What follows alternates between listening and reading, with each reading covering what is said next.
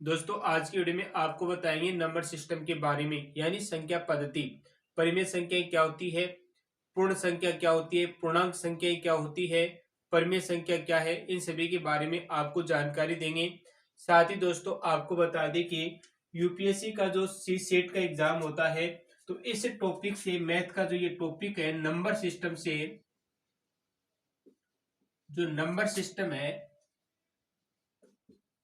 इससे लगभग 8 से 10% आपको इस एग्जाम में देखने को मिलते हैं। उनमें से 5% तो बिल्कुल नॉर्मल होते हैं और 1 या 2% जो होते हैं वो मध्यम यानी मीडियम होते हैं और 1% ऐसा होता है जो काफी हाई लेवल का होता है। तो ये टॉपिक आपको आना बहुत ही जरूरी है। नंबर सिस्टम टॉपिक है वो बहुत ही महत्वपूर्ण टॉपिक है। तो चलिए वीडियो की शुरुआत करते हैं। उससे पहले दोस्तों आपसे छोटा सा निवेदन है कि आप अपने दोस्तों के साथ इस वीडियो को शेयर करें और एक बार वीडियो को लाइक जरूर कर दें। तो हमारा टॉपिक क्या है आज का, नंबर सिस्टम यानी संख्या पद्धति।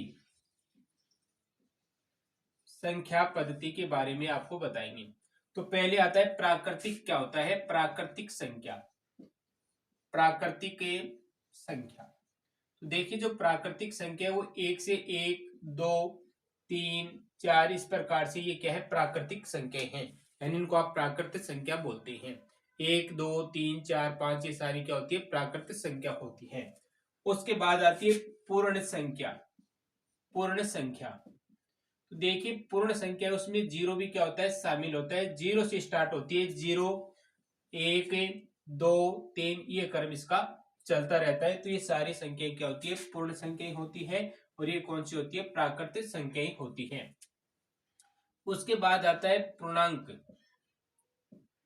पूर्णांक संख्या या पूर्णांक बोल सकते हैं। पूर्णांक संख्या क्या होती है? देखिए पूर्णांक संख्या है वो माइनस में भी हो सकती है और प्लस में भी होती है, दोनों कंडीशन में चलती है। जैसे मैं एग्जांपल के तौर पर आपको बताऊं, -3, -2, -1, 0, 1, 2, 3 इस प्रकार से ये सारे क्या होते हैं पूर्णांक होते हैं। ये हो गए पूर्णांक, ये हो गई पूर्ण संख्या जो 0 से स्टार्ट हो रही है और प्राकृतिक संख्या वो 1 से शुरू हो रही है। तो पूर्णांक संख्या, पूर्ण संख्या और प्राकृतिक संख्या। अब आती है परिमेय संख्या। परिमेय संख्या 1/2 मान सकते हैं या 1/3 है, 1/4 है। अन्य आप ऐसे भी कह सकते हैं इनके भी बट्टा में, जैसे 2/1 है वो भी क्या है भैया एक परिमेय संख्या है, 4/1 है वो भी क्या है परिमेय संख्या है। तो ये संख्याएं क्या होती है ये परिमेय संख्याएं होती है। परिमेय संख्या की बात आती है सम संख्या। समय संख्या, सम संख्या वो सारी संख्याएं होती है जिसमें क्या जाए 2 का पूरा पूरा भाग जाता है, वो सारी संख्याएं क्या होती है सम संख्याएं होती है। तो 2 का भाग देंगे तो पहली संख्या क्या आ जाती है 2 आ जाती है, 4 हो जाती है, 6, 8 है, 10 इस प्रकार से ये संख्याएं सम संख्याएं होती है। इसके बाद आती है विषम संख्या। यानी विषम संख्या क्या होती है विषम संख्या। तो विषम संख्या में देखिए 2 का भाग पूरा पूरा नहीं जाता है, वो सारी क्या है विषम संख्या कहलाएगी। 2 का भाग नहीं जाएगा वो सारी क्या हो जाएगी विषम संख्या हो जाएगी। जैसे 1, 3, 5, 7, 9 इस प्रकार से ये सारी क्या हो जाएगी विषम संख्या है, विषम संख्या। तो सम संख्या, विषम संख्या, परिमेय संख्या, पूर्णांक संख्या क्या होती है, पूर्ण संख्या क्या होती है और प्राकृतिक संख्या क्या होती है। ये हो गया नॉर्मल बेसिक ज्ञान। अब आता है अभाज्य संख्या और भाज्य संख्या क्या होती है। अभाज्य संख्या की बात करें, अभाज्य संख्या तो देखिए अभाज्य संख्या वो संख्याएं होती हैं जिसमें केवल एक का भाग जाता है और स्वयं संख्या का भाग जाएगा, उसके अलावा किसी तीसरी संख्या का भाग नहीं जाता है। या तो संख्या का खुद का भाग पूरा पूरा जाता है या फिर क्या जाएगा एक का भाग जाएगा, अन्य किसी संख्या का भाग नहीं जाएगा। वो सारी क्या होती है अभाज्य संख्या होती है। और सबसे छोटी अभाज्य संख्या वो कितनी है 2 है, यानी 2 को आप अभाज्य संख्या मानते हैं। तो ये 2 है, 2 से अभाज्य संख्या स्टार्ट होती है। 2 में 2 का भाग जाता है या फिर 1 का जाता है, इसके अलावा किसी संख्या का भाग नहीं है। 2 के बाद 3 है वो भी क्या है, अभाज्य संख्या है, 4 नहीं होगी। उसके बाद 5 है वो भी क्या है, एक अभाज्य संख्या है। उसके बाद 7 हो जाएगी अभाज्य संख्या। अब देखिए 9 लिखे तो 9 क्या है, अभाज्य संख्या नहीं है, क्योंकि 9 में 3 का भाग जाता है और मैंने क्या कहा है कि 1 और स्वयं का ही भाग जाना चाहिए, अन्य संख्या का भाग नहीं जाना चाहिए।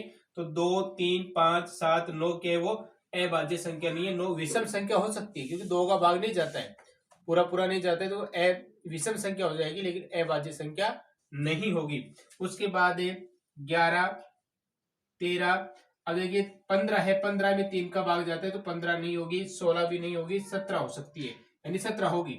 तो ये सारी संख्या क्या है, अभाज्य संख्या, इसमें किसी और संख्या का भाग नहीं जाए, केवल 1 का भाग जाता है और इसके अलावा स्वयं का ही भाग जाएगा, इसके अलावा किसी का भाग नहीं जाएगा, वो कहलाती है अभाज्य संख्या। अब बात आती है भाज्य संख्या क्या होती है। भाज्य संख्या, भाज्य संख्या वो संख्या होती है जिसमें किसी का भी भाग जा सकता है, जिसमें किसी का भाग जाए वो क्या होती है, भाज्य संख्या होती है। जैसे आप मानकर चलिए 4 6, तो देखिए 4 में आप 2 का भाग दे सकते हैं, यानी 2 का भाग दे सकते हैं, तो ये कौन सी हो गई, भाज्य संख्या हो गई। 6 में भी 3 का भी जा रहा है और 2 का भी भाग जा रहा है, तो ये भी क्या हो गई, एक भाज्य संख्या हो गई। 8 में भी आप 2 का दे सकते हैं, 4 का भाग दे सकते हैं, तो ये भी क्या हो गई, एक भाज्य संख्या हो गई। उसके बाद 9 भी आप लिख सकते हैं, ये भी क्या एक भाज्य संख्या है। उसके अलावा 10 भी ये क्या है, भाज्य संख्या। लेकिन 11 को ध्यान से देखिए, 11 वो क्या नहीं है भाई, 11 भाज्य संख्या नहीं है। क्यों नहीं है, क्योंकि 11 में 11 का ही भाग जाता है या फिर 1 का भाग जाता है, इसके अलावा किसी संख्या का भाग नहीं जा रहा है, तो ये किस में आ जाएगी, अभाज्य संख्या में आ जाएगी। तो 11 क्या अभाज्य संख्या है, भाज्य संख्या नहीं है। तो कहने का अर्थ है जो अभाज्य संख्या है, इसके अलावा जो बची है ये संख्या, वो सारी क्या हो जाती है, भाज्य संख्या हो जाती है। अब इसके बारे में कुछ आपको प्रश्न करवाने हैं कि ये इनके प्रश्न है वो एग्जाम में किस प्रकार से पूछे जाते हैं।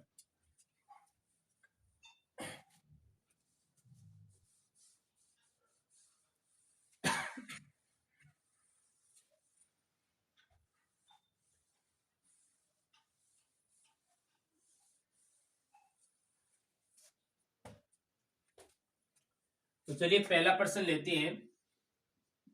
1 से 60 तक के सभी प्राकृतिक संख्याओं का योग ज्ञात करें। यानी 1 से लेकर 60 तक की सभी प्राकृतिक संख्याओं का आपको क्या बताना है, योग बताना है। तो देखिए ऐसी संख्याओं का ये कंटिन्यू चल रही है, 1 से लेकर 60 तक की जो भी संख्या है उनका क्या करना है, आपको योग करना है। अगर आप ऐसे करेंगे 1 + 2 + 3 + 4 इस प्रकार से 60 तक जाएंगे तो आपको काफी टाइम लगेगा। तो इससे बचने के लिए प्राकृतिक संख्याओं का योग करने का क्या होता है, एक फॉर्मूला होता है। तो फॉर्मूला देखिए, n प्राकृतिक संख्याओं का योग। तो क्या लिखे भाई, बराबर, इसका सूत्र होगा n कोष्टक n + 1 और बट्टा में लिख दे 2, ये हो जाएगा इसका फॉर्मूला, ये सूत्र। n यहाँ पर ये होगा कितनी संख्या आपके पास है, तो कितनी संख्या आपके पास है, 60 संख्याएं हैं, तो यहाँ पर आप 60 दर्शा देंगे, तो ये हो जाएगा 60 कोष्टक 60 + 1 और बट्टा में 2 लिख देंगे। तो ये टोटल क्या हो गया भाई, 60 × 60 में 1 जोड़ देंगे तो ये हो गया 61/2, और 2 का भाग किस में दें, 60 भी देंगे तो 30 बार चला जाएगा, और 30 को कितने से गुणा कर देंगे भाई, 31 से गुणा करेंगे तो 1830 आ जाएंगे। तो 1 से लेकर 60 तक की सभी प्राकृतिक संख्याओं का योग कितना होगा, 1830 होगा। तो इस प्रकार की अगर कंटिन्यू कोई संख्या आ रही है, प्राकृतिक संख्याओं का आपको योग पूछा जाए, तो ये सूत्र है वो आपको याद रखना है। चलिए यहाँ पर हम 1 से लेकर 100 तक करें, तो वे सूत्र तो वही रहेगा आपका। देखिए तो 100 लिख देंगे, कोष्टक में 100 प्लस क्या कर देंगे 1 और बट्टा में लगा देंगे 2। तो यहाँ से देखिए ये काट देंगे तो क्या आ गया 50, तो ये आ जाएगा 50 × 101, और इनको जैसे ही गुणा करेंगे तो 1 से लेकर 100 तक की संख्याओं का क्या हो जाएगा, योग हो जाएगा। यानी 1 से लेकर 100 तक की संख्याओं का आप योग ऐसे निकाल सकते हैं। तो अगला प्रश्न देखिए क्या है।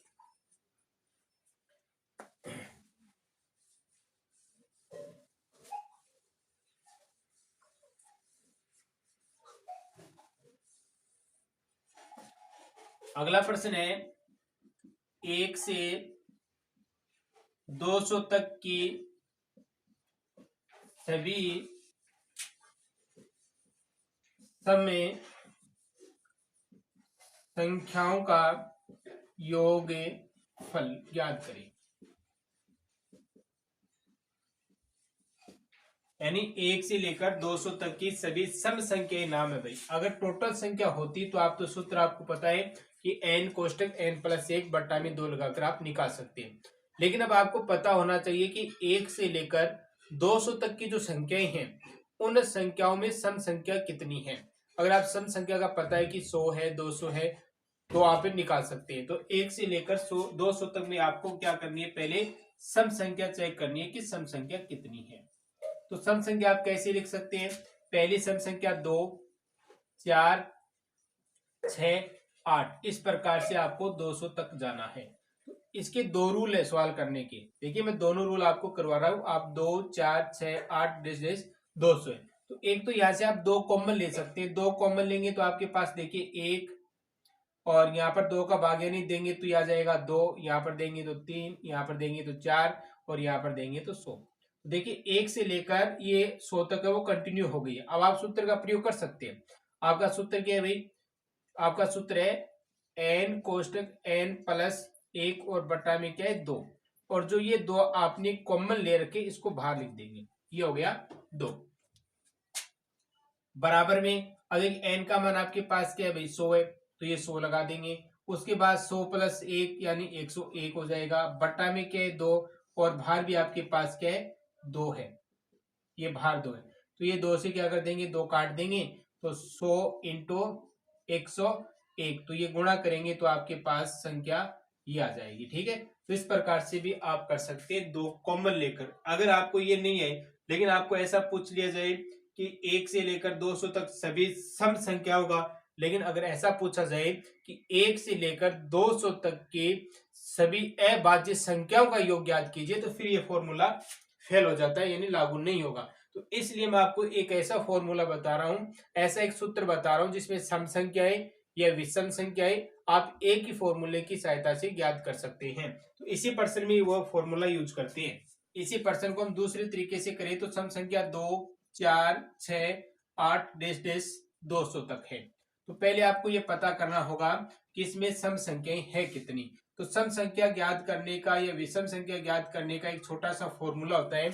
आप इसमें a कोष्टक n-1 कोष्टक d बराबर an, ये फॉर्मूला याद कर सकते हैं। या फिर आप सम संख्या ज्ञात कर रहे हैं कि सम संख्या इसमें कितनी है।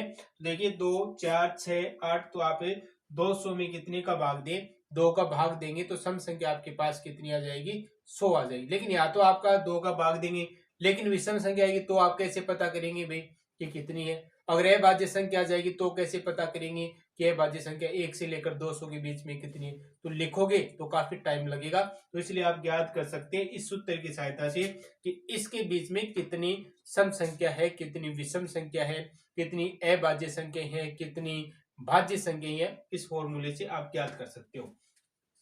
ए का मान होगा वो प्रथम मान होगा यानी 2 है, प्लस n-1, तो आपके पास n का मान नहीं, आपको पता नहीं कि कितनी संख्या है, तो n-1 और d का मान कितने कितने का अंतर चल रहा है, 2 का अंतर चल रहा है, तो आप 2 दर्शा देंगे।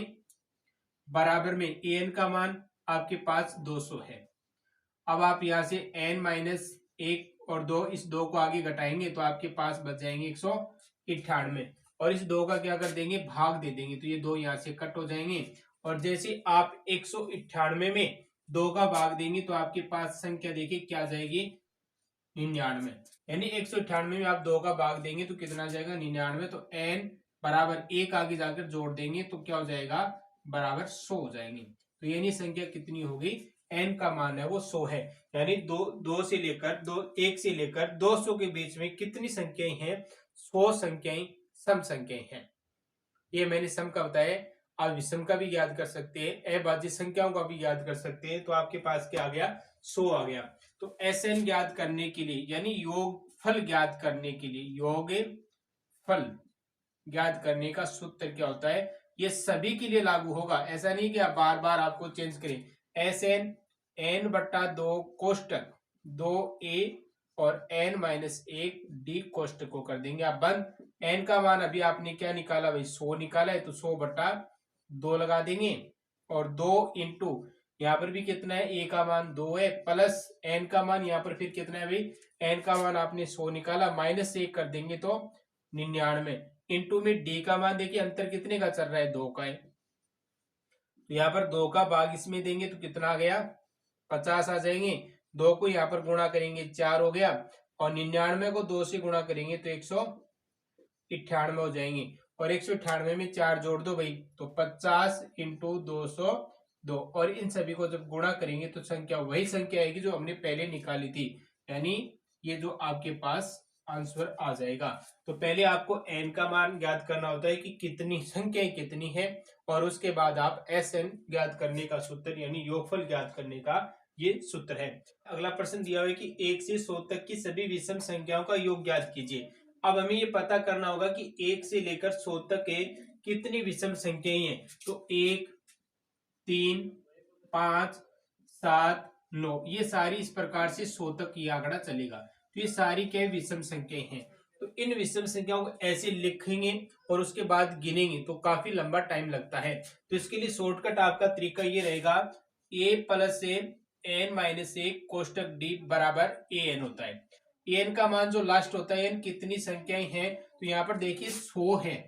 100 आपकी कौन सी संख्या है भाई, सम संख्या है। 100 कौन सी सम है, तो सम तो आपको लेनी नहीं है, तो आपको बैक आना है। बैक आएंगे तो 100 से पहले कौन सी आएगी, 99। तो यहाँ पर आप 99 लेकर चले। 99 वो कौन सी है, विषम संख्या है। तो ये विषम की बात कर रहा है, विषम संख्या की बात कर रहा है। तो आपका an का मान होगा वो 99 होगा, बराबर d का मान जो अंतर है इनके बीच में डिफरेंट है वो क्या होगा आपका, d का मान, a का मान प्रथम पद, तो a का मान क्या 1 है, प्लस n का मान आपके पास है नहीं, आपको ज्ञात करना है, और d का मान 2 हो जाएगा। 1 को इधर ले जाएंगे तो n-1 तो बच जाएगा, और 99 में से 1 जाएगा तो क्या जाएगा, 98। 2 का क्या दे दिए, भाग, तो 2 का भाग देंगे तो 98 में जैसे ही 2 का भाग देंगे तो आ गई 49। तो n और 1 वापस जोड़ देंगे तो क्या हो जाएगा, 50। तो n का मान आपके पास क्या है, 50 है। किस योगफल ज्ञात करने का फॉर्मूला आपको पता है, SN यानी योगफल, और ये हो जाएगा 1 n/2 2a + n-1 कोष्टक d, ये आपका फॉर्मूला रहेगा। n/2 तो n का मान आपके पास 50 है, बट्टा में आप 2 लिख लीजिए, 2a। अब देखिए 2a, तो 2 का 2 आप लिख सकते हैं। एक का मान, a का मान क्या हो जाएगा, 1 हो जाएगा, प्लस n-1 तो 50 - 1, और d का मान फिर 2 है, तो ये 2 काट दीजिए, यहां से 25 हो जाएंगे, गुणा करेंगे 2 आ गए, प्लस 50 में से 1 गया तो कितने बढ़ जाएंगे, 49। और 49 को जैसे आप 2 से गुणा करेंगे तो आपके पास कितने आ जाएंगे, 98 आ जाएंगे। और 98 में 2 जोड़ दो भाई, तो 25 इंटू कितने हो जाएंगे, 100, और टोटल योग करेंगे तो कितना हो गया, 2500। तो कहने का अर्थ है 1 से लेकर 100 तक की सभी विषम संख्याओं का जो योग होगा वो कितना होगा,